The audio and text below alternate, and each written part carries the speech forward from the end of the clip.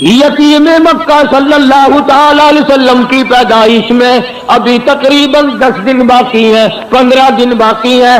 ابرہہ یمن کا بادشاہ، اس نے یہ سوچ کر کہ ساری دنیا بیت اللہ خانہ کعبہ کا طواف کرنے جاتی ہے، ایک ایسا کوٹھا میں نہ اپنے ملک میں بناؤں، لوگ یہی طواف کیا کریں گے۔ چنانچہ ابرہہ نے ایسا ہی کوٹھا بنا دیا، اعلان کیا آؤ یمن کے کعبے کا طواف کرو۔ خدا کی قسم، تھے تو کافر، تھے تو بے دین، تھے تو جاہل، مگر اتنا پتہ ان کو بھی تھا کہ بیت اللہ کے سوا کسی اور چیز کا طواف جائز نہیں۔ ان کافروں کا یقین تھا، ان بے دینوں کا یقین تھا، ان جاہلوں کا یقین تھا۔ اللہ تبارک و تعالیٰ نے اعلان کر دیا تھا بیت اللہ کے طواف کے لیے، وَعَهِدْنَا إِلَىٰ إِبْرَاهِيمَ، ابراہیم علیہ السلام نے دعا مانگی، اسی کعبے کا طواف کیا۔ سارے نبیوں نے کیا، خلیل اللہ نے طواف کیا، ذبیح اللہ نے کیا، کلیم اللہ نے طواف کیا، نوح نبی اللہ نے طواف کیا، عیسیٰ روح اللہ نے طواف کیا، تمام کے تمام نے اسی کا طواف کیا۔ یمن کے بنائے ہوئے کوٹھے کعبے کو کافروں نے قبول نہیں کیا۔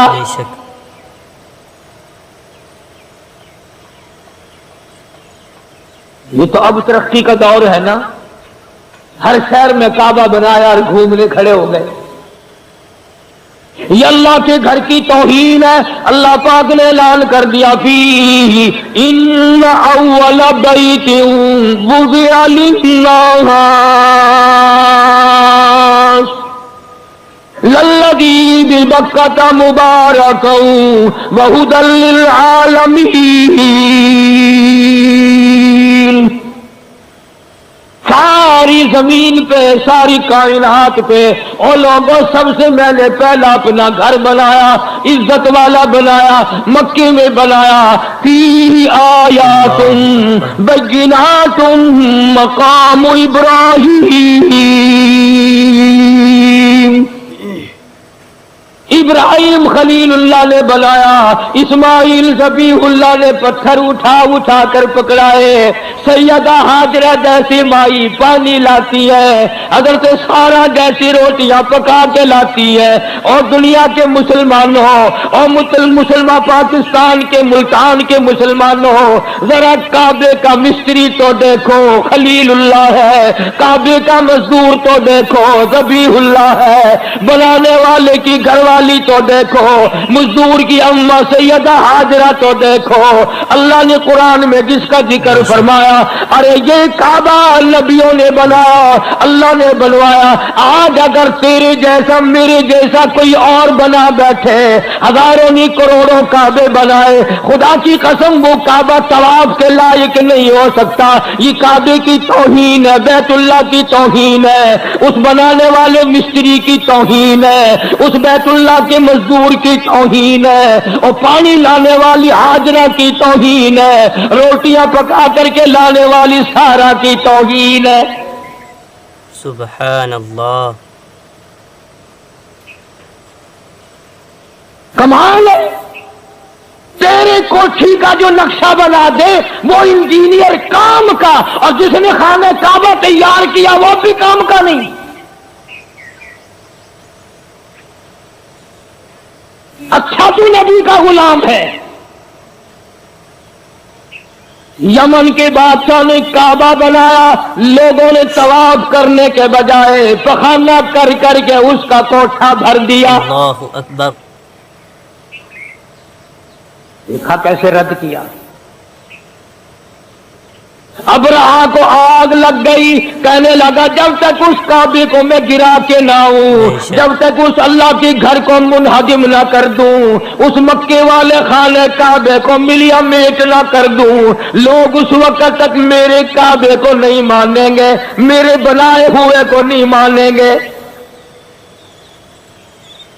طاقت کے بلبوتے پر اٹھا، ہاتھیوں کی فوج لے کر آیا، سبحان اللہ. کس وقت لے کر آیا جبکہ دو جہان کے سردار حضرت محمد الرسول اللہ صلی اللہ تعالی علیہ وسلم شکم مادر میں ہیں. ابرہہ نے آ کر کے عرفات کے قریب مزدلفہ کی بائیں طرف وادی محشر میں ڈیرا لگا دیا. عبد المطلب جو حضور کا دادا ہے اس کے اونٹ وہاں چل رہے تھے. ابرہہ بادشاہ کے سپاہیوں نے سرکار دو عالم صلی اللہ علیہ وسلم کے دادا کے اونٹ پکڑ لیے. استغفر اللہ. عبد المطلب کو پتا چلا وہاں مکے میں کہ میرے اونٹ بادشاہ ایک آیا ہوا ہے, ہاتھیوں کی فوج ہے, بڑی طاقتور فوج ہے, اور وہ اونٹ پکڑ بیٹھا میرے اور کعبے کو گرانے آیا. عبد المطلب اس وقت بیت اللہ کے متولی تھے, انچارج تھے. تو یہ گئے اور ابرہہ سے ملاقات کی. وہ سمجھا شاید یہ کوئی کعبے کے بارے میں بات چیت کرنے آئے ہوں گے, کچھ لو کچھ دو کی بات کریں گے. چلو اور نہیں تو میں یوں ہی طے کراؤں گا, ایک سال تیرے کعبے کا طواف ہوگا, ایک سال میرے کعبے کا طواف ہوگا. ایک سال لوگ ادھر آئیں گے, ایک سال لوگ ادھر جائیں گے. عبد المطلب تشریف لائے اور ابرہہ سے ملاقات کر کے کہا کہ بھئی تیرے سپاہیوں نے میرے ناجائز اونٹ پکڑ لیے ہیں, میں اپنے اونٹ چھڑانے آیا ہوں. نے کہا کمال ہے, آپ کعبے کے متولی نہیں؟ کہ ہاں ہوں. کعبے کی چابیاں تمہارے پاس نہیں؟ کہ ہاں میرے پاس ہے. کہ کمال ہے تیری, کعبے کی بات نہیں کرتا, اونٹوں کی بات کرتا ہے.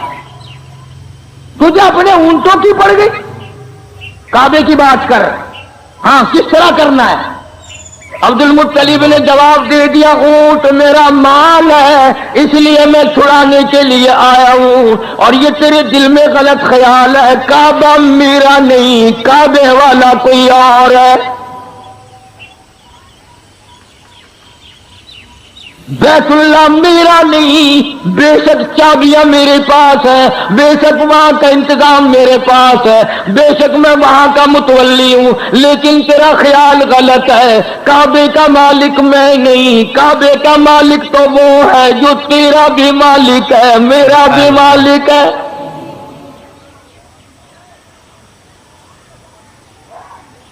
سارے جہان کا وہی مالک ہے, وہ تجھ سے خود بات کرے گا. مالک میں مالک ہی نہیں, میں بات کیوں کروں؟ پھر اس نے کہا کہ جی انتظام تو آپ کے پاس ہے نا, جو بات کرنی ہے وہ آپ بات کریں. عبد المطلب نے جواب دے دیا, فرمایا میں نہیں جانتا, کعبے والا جانے اور تو جانے, تیرے پاس ہاتھیوں کی فوج ہے, میرے پلے کچھ نہیں, وہ خود تیرا مقابلہ کرے گا. جب زیادہ مجبور کیا ابرہہ نے, عبد المطلب نے ایک ہی بات کہہ دی, فرمایا کرے گا فکر, کرے گا فکر اپنے گھر کی, جو اس گھر کا مالک ہے, جو اس گھر کا مالک ہے, وہ بہر کا مالک ہے, اور ساری زمین کا مالک وہ, آسمان کا مالک وہ, سمندروں کا مالک وہ, دریاؤں کا مالک وہ, تیری فوج کا مالک وہ, میرا خالق و مالک وہ تجھ سے خود نہیں بڑھے گا. میرا کعبہ ہے ہی نہیں, مالک کائنات کا ہے, وہ خدا تجھے خود سنبھالے گا. ابرہہ سے اتنی بات کہہ دی حضرت عبد المطلب نے, اور اس کے بعد گھر گئے. پریشانی ہے الہی, میں کیا کروں؟ میرے پاس تو لشکر نہیں, میرے پاس تعداد نہیں, میرے پاس فوج نہیں, اس کے پاس تو ہاتھیوں والی فوج ہے. مگر اتنا تو کر سکتے تھے. اسی وقت عبد المطلب کی آنکھوں میں آنسو آ گئے اور فرمایا اے بیٹی آمنہ, او آمنہ چلو بیت اللہ میں چل کر دعا مانگے.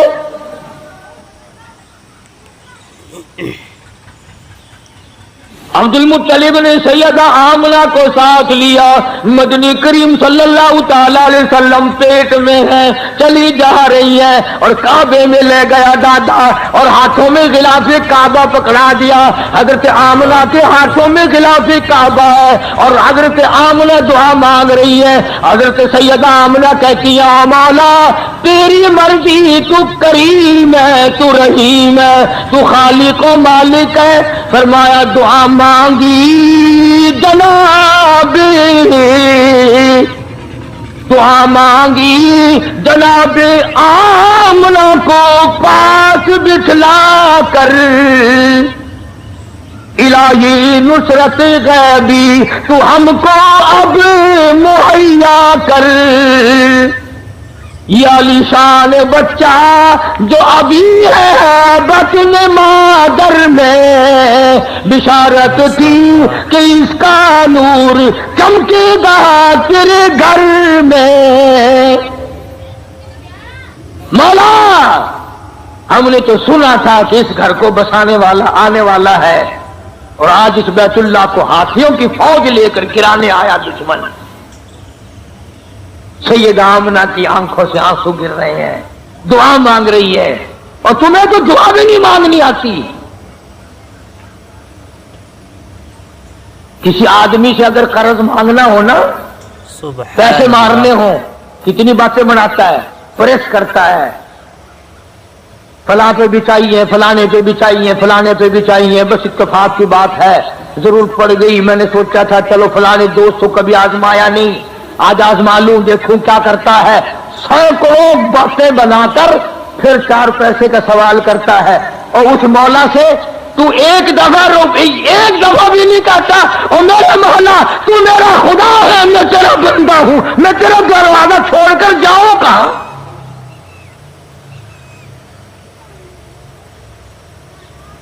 معمولی قرض لینے کے لیے کتنی باتیں بناتے ہیں, زبان مارتے ہیں. اور جی چودھری صاحب ساڈے تو تسی ہو, ویلے کویلے تواڈے نال ہی کام پیندا, اللہ تانوں سلامت رکھے.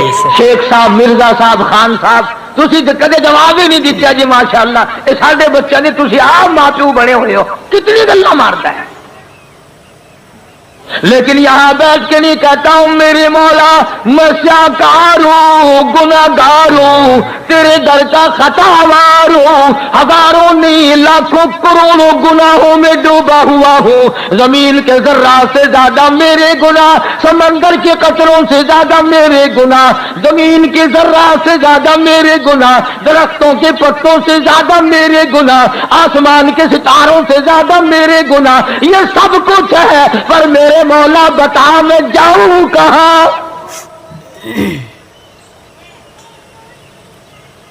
کس دروازے پہ جا کے مٹھا ماروں. سبحان اللہ. مدینہ طیبہ سے باہر ایک آدمی نے احرام باندھا, اور احرام باندھ کر اس نے آواز لگائی, لبیک اللہم لبیک,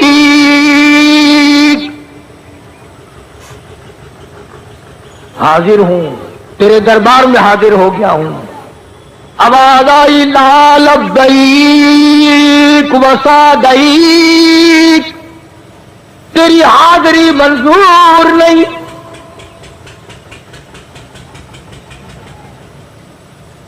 بڑے میاں تھے, یہ احرام باندھنے والے بزرگ آدمی تھے. ایک برابر میں نوجوان کھڑا ہوا تھا, اس نے بھی آواز سنی, کہنے لگا بڑے میاں جب منظوری نہیں تو کیا کرو گے جا کے, جب آواز آ گئی کہ منظور ہے ہی نہیں کیوں دھکے کھا رہے ہو. بڑے میاں کی آنکھوں میں آنسو آ گئے. فرمایا بیٹا تو ایک دن یہ آواز سن کر گھبرا گیا, مجھے یہ آواز سنتے سنتے 53 سال گزر گئے. مجھے یہ آواز سنتے سنتے 53 سال گزر گئے, پر آج تک میرے دماغ میں بھی یہ بات نہیں آئی کہ اگر یہاں منظور نہیں تو وہاں چلا جاؤں. ارے منظور ہو یا نہ ہو میں جاؤں کہاں, میں اور کہاں جاؤں. اللہ اکبر. بس اتنی بات جموں سے نکلی, آواز آئی آج ہم نے تمہارے یکدم 54 حج قبول کر لیے.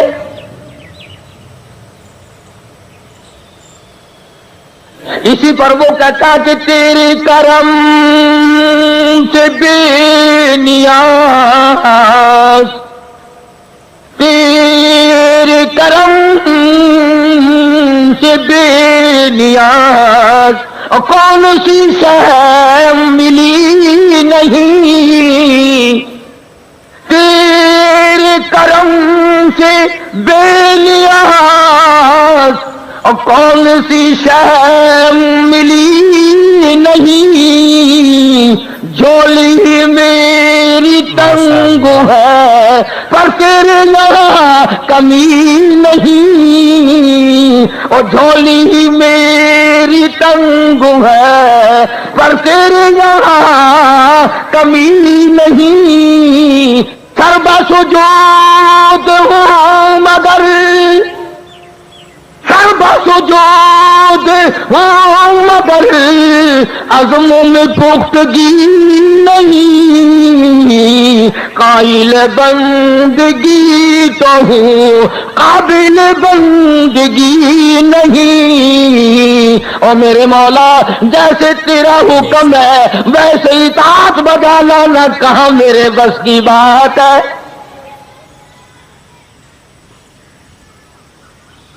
دعا مانگی سیدہ آمنہ رضی اللہ تعالیٰ عنہ نے، سرکار کے دادے نے دعا مانگی، آواز آئی عبد المطلب جب تم نے میرا دروازہ کھٹکھٹا دیا، اور اگلی بات یاد کر کے لکھ کے لے جاؤ، کیا مزیدار بات ذہن میں آئی ہے۔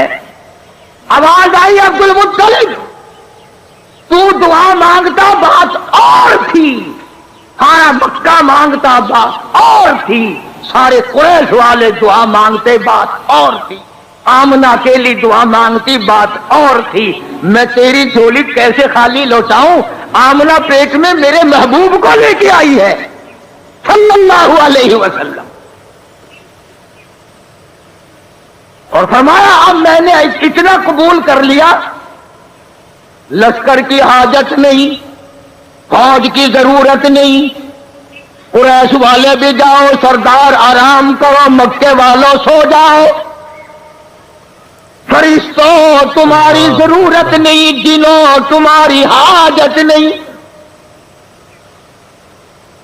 آج ہاتھیوں کی فوج کے مقابلے کے لیے کسی کی ضرورت نہیں، آمنہ جب تو کالی کملی والے کو لے کے آ گئی، میں بھی تمہیں ایسی جنگ کر کے دکھاؤں گا جس سے میری خدائی سمجھ میں آئے،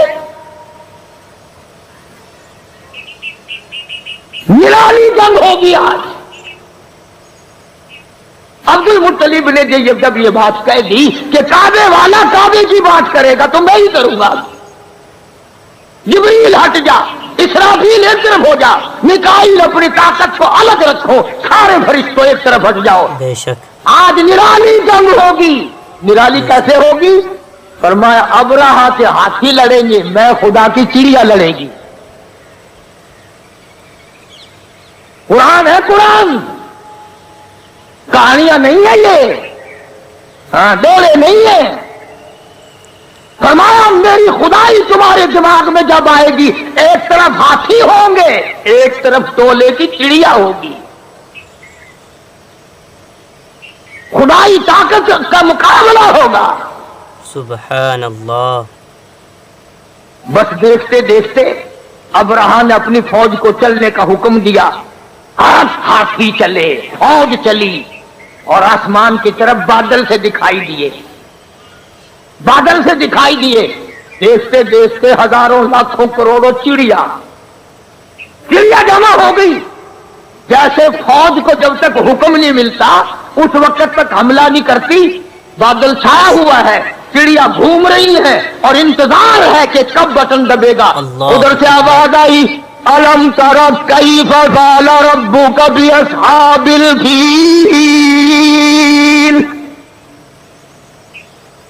الم یجعل کیدہم فی تضلیل وارسل علیہم طیرا ابابیل۔ چڑیاؤ بس آؤ بس، اب بتاؤ ذرا سی چونچ ہے،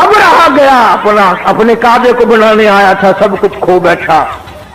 عرض کرنے کا مقصد یہ تھا کہ محمد عربی صلی اللہ علیہ وسلم ہمارے لیے رحمت بن کر آئے، ہمارے لیے کرم بن کر آئے، رؤوف بن کر آئے، رحوم بن کر آئے، رحیم بن کر آئے، مہربانیوں والا نبی بن کر آئے، شافی کوثر شافی معشر بن کر آئے، شافی کوثر بن کر آئے، شفیع المذنبین بن کر آئے۔